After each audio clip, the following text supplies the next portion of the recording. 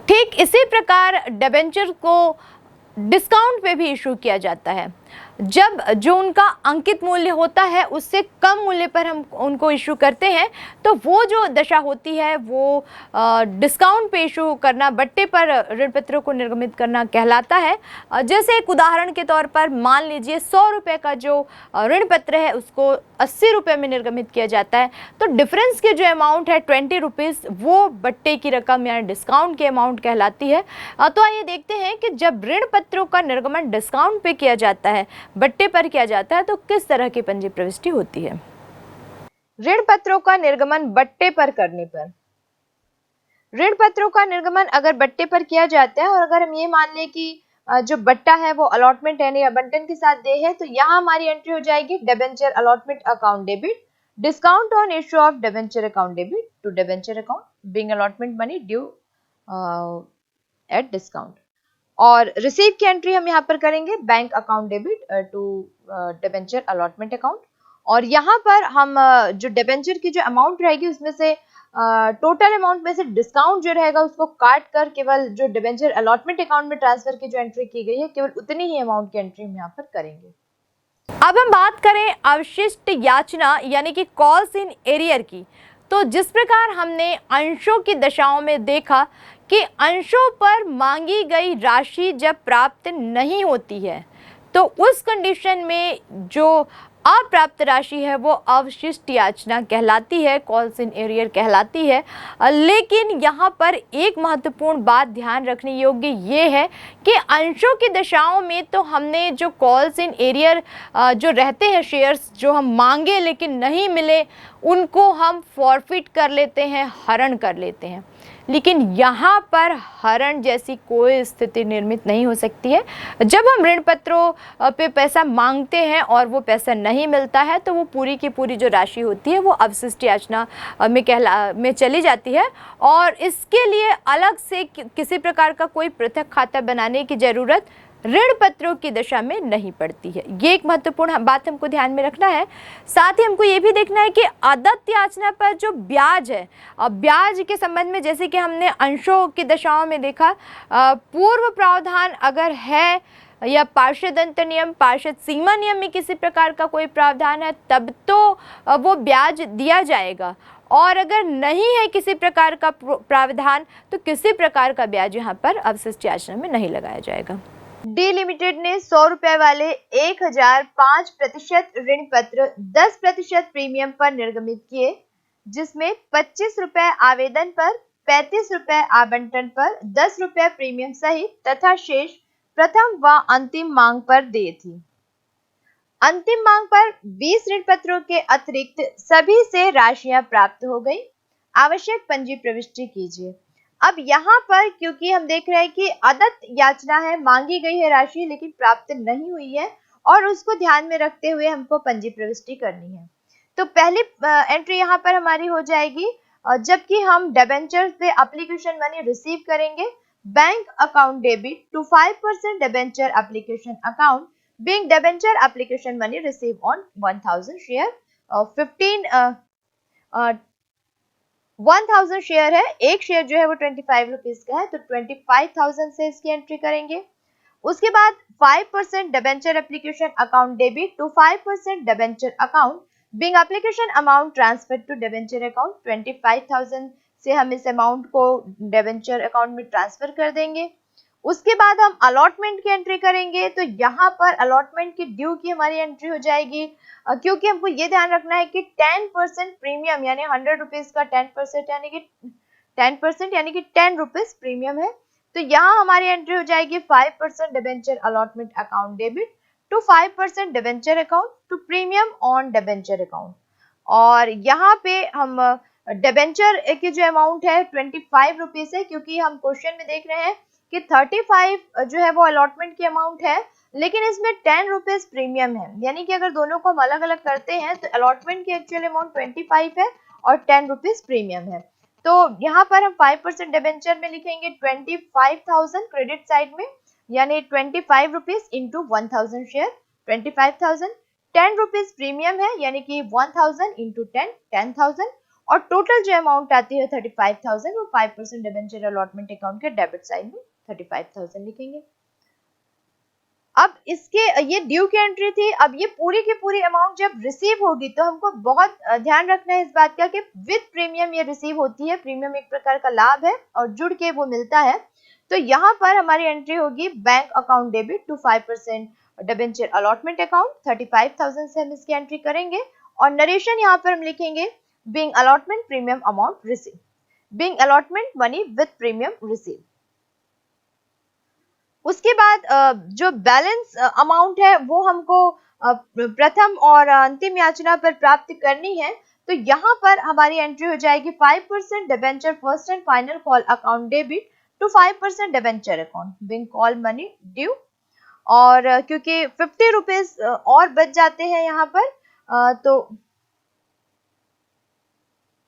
और क्योंकि 50 रुपीज और बच जाते हैं यहाँ पर, तो 1000 शेयर्स पे 50 रुपीज यानी कि 50,000 से हम इसकी एंट्री करेंगे।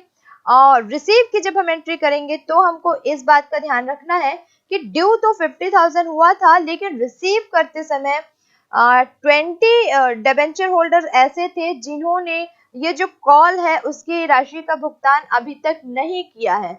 यानी कि टोटल जो है वो 50 रुपीज में से, यानी कि टोटल जो है 1000 शेयर्स में से उसमें से केवल 980 शेयर्स पे ही उसमें से केवल 980 डिबेंचर्स में से ही अमाउंट जो है वो रिसीव हुई है।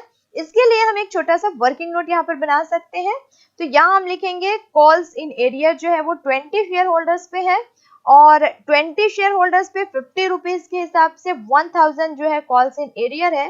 तो अगर हम चाहें तो मनी रिसीव के लिए हम इसके पहले हमने जो एंट्री की है 50,000 माइनस 1000 49,000 भी कैलकुलेट कर सकते हैं, या हम दूसरे तरीके से कैलकुलेट करना चाहें तो हम यहाँ लिखेंगे कि money receive from remaining share holder, शेष ऋण पत्रधारियों से प्राप्त राशि। तो 1000 माइनस 20, क्योंकि 20 डिबेंचर होल्डर से जो डिबेंचर के जो अमाउंट थी फर्स्ट एंड फाइनल कॉल की वो नहीं मिल पा रही है, यानी केवल 980 डिबेंचर होल्डर से ही ये अमाउंट हमको रिसीव हो पा रही है। तो 980 इंटू 50 तो 49,000। यहाँ हमारी जनरल एंट्री होगी bank account debit to 5% first and final call account, और अमाउंट जो हम एंट्री करेंगे रिसीव वाली वो 49,000 ही लिखेंगे जैसा कि हमने वर्किंग नोट में बनाया है। और नरेशन हम यहाँ पर लिखेंगे being first and final call money received only on 980 debenture at the rate of ₹50 per debenture। 980 ऋण पत्रधारियों से 50 रुपए प्रति ऋण पत्र की दर से प्रथम और अंतिम याचना की राशि प्राप्त की। पीके लिमिटेड ने 100 रुपए वाले 10,000 8% ऋण पत्र 5% बट्टे पर निर्गमित किए। 15 रुपए आवेदन पर, 35 रुपए आवंटन पर, 25 रुपए प्रथम याचना पर तथा शेष 20 रुपए अंतिम मांग पर दिए थे। 6,000 ऋण पत्रों के लिए आवेदन पत्र प्राप्त हुए। 700 ऋण पत्रों पर आवेदन तथा प्रथम एवं अंतिम मांग की राशि का भुगतान नहीं किया गया। अन्य सभी राशियां विधिवत प्राप्त हो गई। आवश्यक पंजी प्रविष्टियां दीजिए।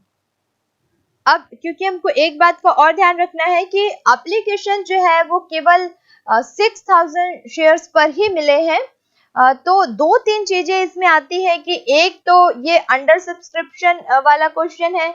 इसमें जो सब्सक्रिप्शन हुआ है शेयर्स का वो कम हुआ है। 10,000 के लिए हम इशू करना चाह रहे थे, लेकिन एप्लीकेशन जो आए, अभिदान जो आया वो कम के लिए आया, अल्प अभिदान जिसको हम बोलते हैं। केवल 6,000 शेयर्स के लिए एप्लीकेशन आए, केवल 6,000 डिबेंचर्स के लिए ही एप्लीकेशन आए। दूसरी बात, अलॉटमेंट में एक ऐसी कंडीशन बनी कि अलॉटमेंट और फर्स्ट एंड फाइनल कॉल पे कुछ राशि मांगी गई और नहीं मिली, तो कॉल्स इन एरियर भी इसमें आएगा और साथ में डिस्काउंट भी है। तो इन सभी चीजों को ध्यान में रखना है हमको। तो फर्स्ट एंट्री यहाँ पर हमारी हो जाएगी bank account debit to 8% debenture application account, और क्योंकि 6,000 शेयर्स पे डिबेंचर पे जो एप्लीकेशन मनी है वो 15 रुपीज है, तो 6,000 इंटू 15 यानी 90,000 से हम इसकी एंट्री करेंगे। और नरेशन हम यहाँ लिखेंगे being application money receive for 6,000 debenture at the rate of ₹15 each. 6,000 ऋण पत्रों पर 15 रुपए प्रति ऋण पत्र के हिसाब से की दर से एप्लीकेशन मनी जो है वो रिसीव हुई। फिर इसके प्राप्त होने के बाद हम इसके ट्रांसफर की एंट्री करेंगे जब डिबेंचर अकाउंट में, तो यहाँ हमारी जनरल एंट्री हो जाएगी 8% debenture application account debit to 8% debenture account being application money transfer to debenture account 90,000। अब क्योंकि डिस्काउंट के बारे में यहाँ किसी प्रकार की कोई जानकारी नहीं दी गई है कि एक्चुअल डिस्काउंट किस पे था, तो ऐसी कंडीशन पे ये जो डिस्काउंट है वो हम अलॉटमेंट पे देते हैं। तो यहाँ पर हम जनरल एंट्री करेंगे 6% debenture allotment account debit discount on issue of debenture account debit to 6% debenture account. और यहाँ जो अलॉटमेंट की अमाउंट है वो 35 रुपीज है। अब 5% इसमें बट्टे की अमाउंट दी गई है, यानी कि 100 रुपीज का 5% जो बट्टा है वो 5 रुपीज होगा। और अलॉटमेंट की जो अमाउंट है वो हो जाएगी 35 रुपीज। तो 35 इंटू 6,000 यानी 2,10,000 से हम अलॉटमेंट अकाउंट को डेबिट करेंगे। और 5 रुपीज से 6,000 डिबेंचर्स को हम 30,000 से discount on issue of debenture account debit करेंगे। और टोटल जो है 2,40,000 से हम 6% डिबेंचर अकाउंट को क्रेडिट करेंगे। और नरेशन हम यहाँ पर लिखेंगे being allotment money due eight the rate of ₹50 पर डिबेंचर इंक्लूडिंग डिस्काउंट ऑफ 5 पर डिबेंचर। अब क्योंकि डिबेंचर अलॉटमेंट ड्यू हो गया, अब हमको इसके रिसीव की एंट्री करनी है। और क्योंकि यहाँ पे डिस्काउंट था तो डिस्काउंट को हमको यहाँ पर नहीं लाना है, डिस्काउंट को हमको डिडक्ट करके लिखना है। तो यहाँ हमारी और दूसरी बात एक चीज और ध्यान में रखना है कि जो 700 डिबेंचर होल्डर हैं ऐसे हैं जिन्होंने अलॉटमेंट की अमाउंट नहीं दी। तो ओवरऑल हमको इसके लिए एक वर्किंग नोट बना लेना चाहिए कि यहाँ पर जो अलॉटमेंट की अमाउंट है एक वर्किंग नोट हम बनाते हैं। यहाँ जो डिबेंचर की अमाउंट है अगर हम डिस्काउंट उसमें से लेस कर दे तो वो है 2,10,000। अब इसमें ये जो 2,10,000 है ये 6,000 शेयर होल्डर्स के लिए है। लेकिन रिसीव ड्यू तो हम कर देंगे, लेकिन रिसीव करते समय हमको ध्यान में रखना है कि 7,000 शेयर होल्डर की 7,000 डिबेंचर होल्डर ऐसे थे जिन्होंने अलॉटमेंट की अमाउंट पे नहीं की, यानी कि 35 रुपीज जिन्होंने पे नहीं किया। तो यहाँ पर हम ये मान लेंगे कि 700 शेयर्स पे 35 रुपीज के हिसाब से जो रुपए नहीं प्राप्त हुए वो है 24,500। तो 24,500 अभी भी कॉल्स इन एरियर है। अब हम यहाँ पर देखेंगे कि इसका जो ड्यू हुआ था मनी डिस्काउंट को डिडक्ट करके वो था 2,10,000, लेकिन इसमें से 24,500 नहीं मिले, यानी कि एक्चुअल रिसीव की जो अमाउंट है अलॉटमेंट की वो है 1,85,500। तो रिसीव में हम केवल 1,85,500 से इसकी एंट्री करेंगे। और अब फर्स्ट कॉल की एंट्री हम करेंगे 8% debenture first call account debit to 8% debenture account. और 6,000 शेयर्स पे 25 रुपीज फर्स्ट कॉल है, तो 6,000 इंटू 25 1,50,000 से हम इसकी एंट्री करेंगे। और रिसीव की जब हम एंट्री करेंगे तो हमको यहाँ पर ध्यान में रखना है कि 700 शेयर होल्डर से 700 डिबेंचर होल्डर से जो रिसीव की अमाउंट है वो नहीं मिली है। तो इसके लिए भी हम एक छोटा सा वर्किंग नोट यहाँ पर तैयार कर लेंगे। वैसे हमको मिलना चाहिए था 1,50,000, लेकिन 700 डिबेंचर होल्डर्स थे जिनसे हमको 25 रुपीज जो फर्स्ट कॉल की मनी थी वो नहीं मिली है। तो 25 रुपीज 700 डिबेंचर होल्डर से नहीं मिले, यानी कि 17,500 हमको नहीं मिले। तो कुल मिलाकर जब हम रिसीव की एंट्री करेंगे तो वहां पर हम जो अमाउंट लिखेंगे वो आएगी 1,32,500। तो यहाँ रिसीव की हमारी एंट्री हो जाएगी bank account debit to 8% debenture first and final call, और अमाउंट हम यहाँ पर लिखेंगे 1,32,500। और नरेशन यहाँ हम लिखेंगे being first call money receive from 5,300 share holders only. और फिर अब हम सेकेंड कॉल की एंट्री करेंगे तो सेम एंट्री होगी हमारी 8% debenture second and final call account debit to 8% debenture account. और 1,20,000 से हम इसकी एंट्री करेंगे क्योंकि 6,000 डिबेंचर है और 20 रुपीज इच है, तो 1,20,000 से हम इसकी एंट्री करेंगे। और रिसीव की एंट्री के लिए हमको यहाँ पर एक वर्किंग नोट फिर से बनाना होगा, क्योंकि हमने देखा यहाँ पर कि टोटल हमको जो अमाउंट मिलनी चाहिए थी वो थी 1,20,000। लेकिन यहाँ पर भी 700 डिबेंचर होल्डर्स जो हैं वो ऐसे हैं जिन्होंने ये जो सेकेंड कॉल की अमाउंट थी 20 रुपीज वो नहीं दिया, यानी कि 14,000 रुपीज कॉल्स इन एरियर है जो हमको नहीं मिला है। तो 1,06,000 रुपीज ही हमको यहाँ पर मिले हैं। तो यहाँ हम जनरल एंट्री जो करेंगे, bank account debit to 8% debenture second and final call account, वहाँ हम अमाउंट केवल 1,06,000 ही लिखेंगे। और यहाँ हम नरेशन लिखेंगे, being final call money receive. एक कंपनी ने 100 रुपए वाले 1006% ऋण पत्र 105 रुपए प्रति ऋण पत्र की दर से निर्गमित किए। इनका भुगतान इस प्रकार किया जाना था: 20 रुपए आवेदन पर, 30 रुपए आवंटन पर, 30 रुपए प्रथम याचना पर, 25 रुपए द्वितीय अंतिम याचना पर। ऋण पत्रों के निर्गमन की एक शर्त यह थी कि ऋण पत्रों की राशि इकट्ठी ऋण पत्रों के आवंटन की तिथि पर भुगतान की जा सकती है, और ऐसी दशा में इस अग्रिम भुगतान की राशि पर 6% प्रतिवर्ष की दर से ब्याज दिया जाएगा, और इस ब्याज का भुगतान उस तिथि को किया जाएगा जबकि अंतिम याचना की राशि का भुगतान किया जाता है। 100 ऋण पत्रधारियों ने इसी शर्त के अनुसार ऋण पत्र की राशि का भुगतान आवंटन की तिथि पर ही कर दिया। निर्गमन और आवंटन की तिथि 1 जनवरी 2012 है। प्रथम याचना की तिथि 1 मार्च 2012 और द्वितीय एवं अंतिम याचना की तिथि 1 जून 2012 है। कंपनी की पुस्तकों में जनरल के आवश्यक लेखे कीजिए। यहाँ पर क्योंकि हमको जो अब आवंटन पर अगर रकम प्राप्त होती है तो उस पर कुछ निश्चित दर से यानी कि 6% प्रतिवर्ष से ब्याज दिए जाने की शर्त कही गई है। फिलहाल अगर हम एप्लीकेशन की एंट्री करेंगे तो नॉर्मल एंट्री यहाँ पर होगी, जिसमें कि फर्स्ट एंट्री हो जाएगी bank account debit to 6% debenture application account, और नरेशन हम यहाँ पर लिखेंगे being application amount receive on 1000 debentures, और 20,000 से हम इसकी एंट्री करेंगे क्योंकि 1000 हमारे पास शेयर है और एप्लीकेशन पे 20 रुपीज पर शेयर दिया गया है, तो 20,000 से हम इसकी एंट्री करेंगे। और सेकेंड एंट्री हम करेंगे 6% debenture application account debit to 6% debenture account transfer की, और ये जो 20,000 रिसीव हुए हैं वो पूरी के पूरी 20,000 की अमाउंट डिबेंचर अकाउंट में ट्रांसफर हो जाएगी, और यहाँ हम नरेशन लिखेंगे being transfer of debenture application money. Third entry हम यहाँ पर करेंगे क्योंकि अलॉटमेंट की एंट्री अब हमको करनी है, अलॉटमेंट के ड्यू की एंट्री करनी है, और यहाँ पर बताया गया है कि 100 ऋण पत्रधारी ऐसे थे जिन्होंने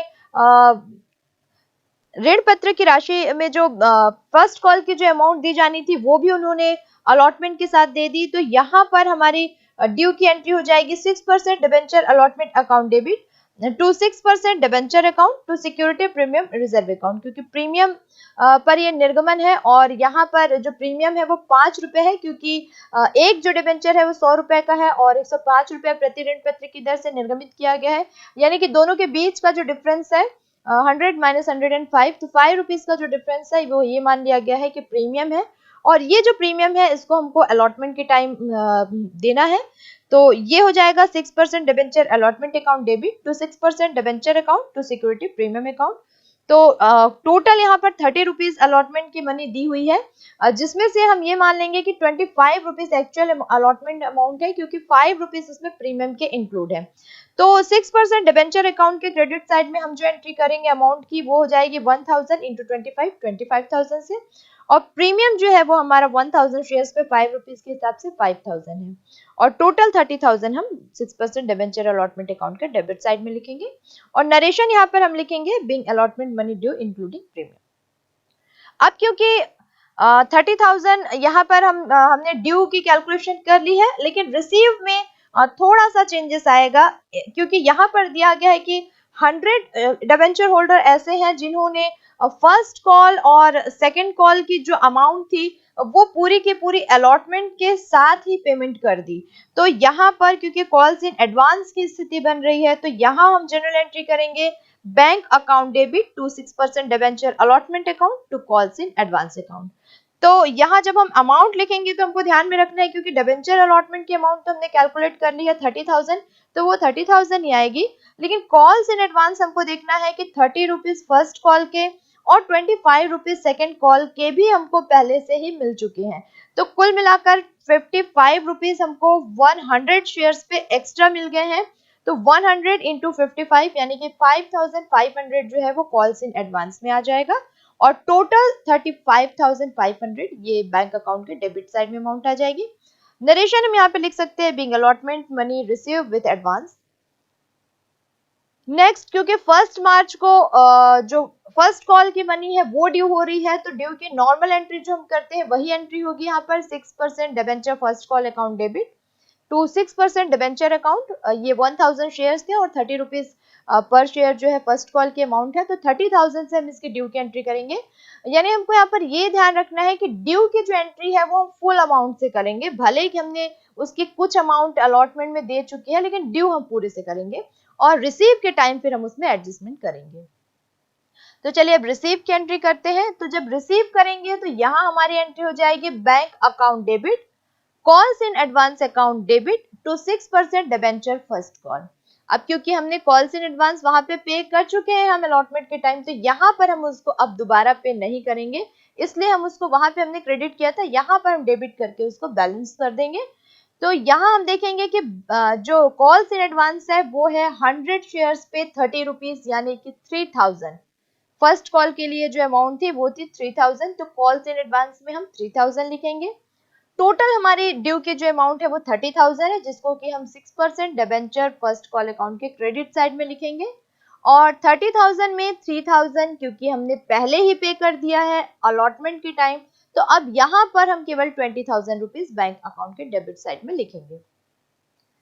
अब हमको सेकेंड कॉल की एंट्री करनी है, तो सेकेंड कॉल की ड्यू की एंट्री नॉर्मल होगी और फुल अमाउंट से होगी, तो ये एंट्री हो जाएगी 6% debenture second call account debit to 6% debenture account और 1000 शेयर है हमारे पास, 25 रुपीज पर शेयर है, तो टोटल 25,000 से एंट्री होगी ड्यू की। लेकिन रिसीव की एंट्री करते समय हमको ध्यान में रखना है कि रिसीव की एंट्री में हमने पहले से जो पे कर दिया है उसको हमको यहाँ पर डिडक्ट कर देना है। तो यहाँ हमारी एंट्री हो जाएगी bank account debit calls in advance account debit to 6% debenture final call account और नरेशन हम लिख सकते हैं being second and final call money receive. अब हमको यहाँ पे देखना है कि अमाउंट हम किस प्रकार से लिखेंगे। तो सबसे पहले हम देखेंगे कि कॉल्स इन एडवांस कितना है। तो कॉल्स इन एडवांस है हमारा 100 शेयर्स पे 25 रुपीज यानी कि 2500 रुपीज जो है वो कॉल्स इन एडवांस है, जिसको कि हम यहाँ पे डेबिट साइड में अमाउंट में लिख देंगे। और टोटल जो हमको मिलना चाहिए था सेकेंड एंड फाइनल कॉल पे वो है 25,000, जिसको कि हम 6% डिबेंचर फाइनल कॉल अकाउंट की क्रेडिट साइड में यहाँ पर हम लिख देंगे। और अब हम देखते हैं कि 25,000 में से 2,500 की अमाउंट ऐसी है जो ऑलरेडी हम अलॉटमेंट के टाइम पे कर चुके हैं, तो अब हम उसको नहीं देंगे, यानी तो वो अब हमको वो अमाउंट बैंक में नहीं जाएगी। अब हम केवल 5,000 माइनस 2,500 यानी कि 22,500 की अमाउंट यहाँ पर रिसीव करेंगे। अब क्योंकि यहाँ पर इन्होंने इंटरेस्ट देने भी बोला था कि अगर कोई जो कॉल्स की जो अमाउंट है वो अलॉटमेंट के साथ दे देता है तो उसको 6% पर एनएम के रेट से इंटरेस्ट मिलेगा। तो इंटरेस्ट के लिए हमको कैलकुलेशन करना है, एक वर्किंग नोट बनाना है। सबसे पहले हम ये देखते हैं कि फर्स्ट कॉल की जो अमाउंट थी जो कि अलॉटमेंट के साथ मिली उस पर क्या इंटरेस्ट बनता है। तो यहाँ वर्किंग नोट बनाएंगे और सबसे पहले हम डेट मेंशन करेंगे कि वो अमाउंट जो हमको 1 मार्च को देनी चाहिए थी, क्योंकि हमने क्वेश्चन में देखा कि फर्स्ट कॉल जो ड्यू होता है वो 1 मार्च को होता है, वो हमने अलॉटमेंट के साथ यानी कि 1 जनवरी को दे दी। तो यहाँ पर हम देख रहे हैं कि जो अमाउंट हमको 1 मार्च को देनी चाहिए थी वो अमाउंट हम 1 जनवरी को दे रहे हैं।